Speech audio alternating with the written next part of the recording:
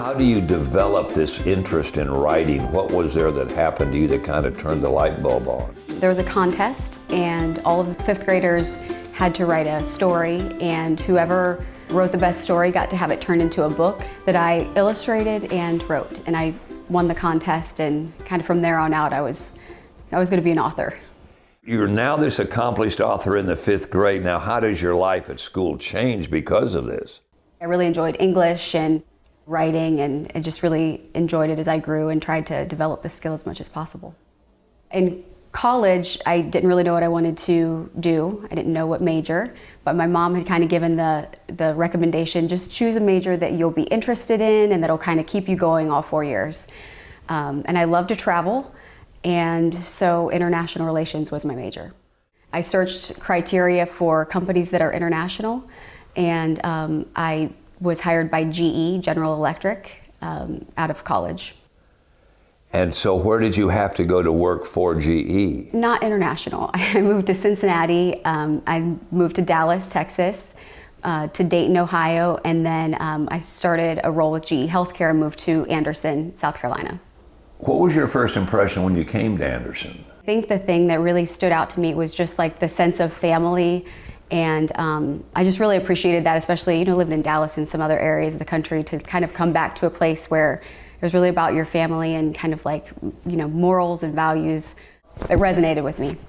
I worked at ANMED and I met folks there. I met my husband, though we were just friends. A group of us kind of hung out together, and I got to know him, and we married in 2013.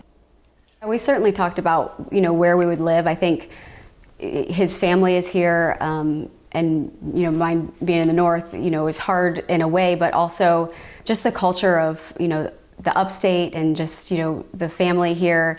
It just kind of felt like home and a good place to raise our family. In 2019, January 2019, we had our first daughter, Lily.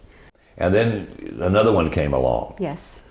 Ella Grayson was born in September 2020.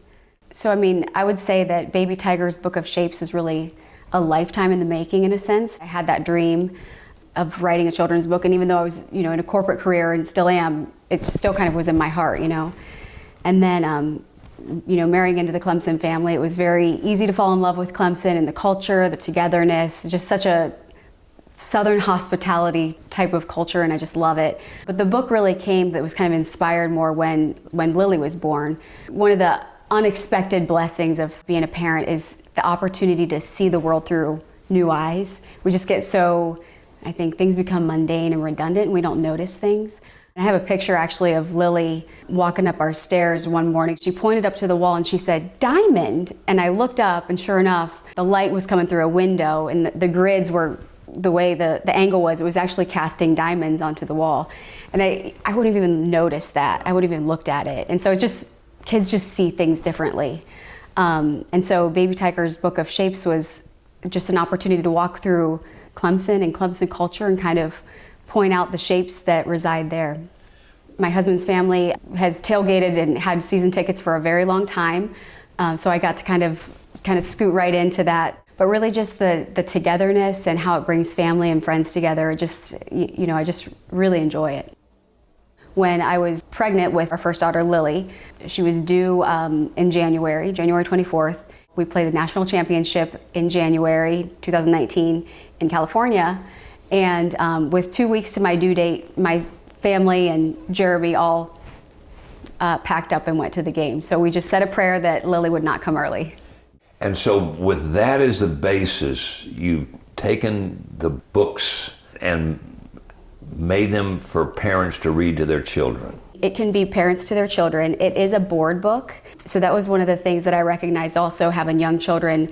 It's very durable, and little fingers can turn the pages pretty easily. And it's also interactive. It's a lift-a-flap book, so the shape itself is actually a lift-a-flap. And it just kind of goes through the Clemson campus and shows that the football field in Memorial Stadium is a rectangle. But the thing that I think made me kind of push me to actually do it is the last page says, "But our favorite shape of them all is that orange Clemson Tiger paw." So the shape just really worked. I knew that doing a book with the Clemson branding, I was sure that there were guidelines and, it was a very specific process.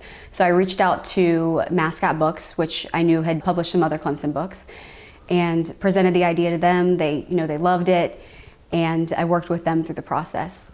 We gave some guidelines to the illustrator, and he, followed as closely as possible. The publisher was also pretty familiar with like specific colors and things like that. But then it had to go to Clemson, and it was reviewed by Clemson to make sure that everything, matched their guidelines and it represented them well as well. Did you have any idea when this started that this is how it would end up? I did not. I hoped that it would. I think my family, my mom was certainly very, make your dreams come true and believe in yourself and find a way to make it happen. So I think that just kind of has gone with me, and you're certainly very proud of it though. And it's a process, it's a long process, and I'm proud to have brought it to this point. It's available on the publisher's website, amplifypublishinggroup.com. It's also available online at Amazon, Barnes & Noble, Books A Million, and then currently working with some local retailers to have it stocked locally. So keep an eye on Facebook page or my Instagram, Baby Tiger's Book of Shapes, and I'll certainly update to show where you can buy it locally. Are there any other immediate plans to continue with your writing? Yeah, I certainly would love to write some more children's books. I have kind of a notebook full of a few ideas, but I'm just kind of working through that, but absolutely there will be more. I have to say I've been very blessed. I definitely know that God has guided my footsteps, and I've kind of ended up at the right place at the right time. And I'm very blessed with a wonderful family and 2 healthy kids, and just very happy.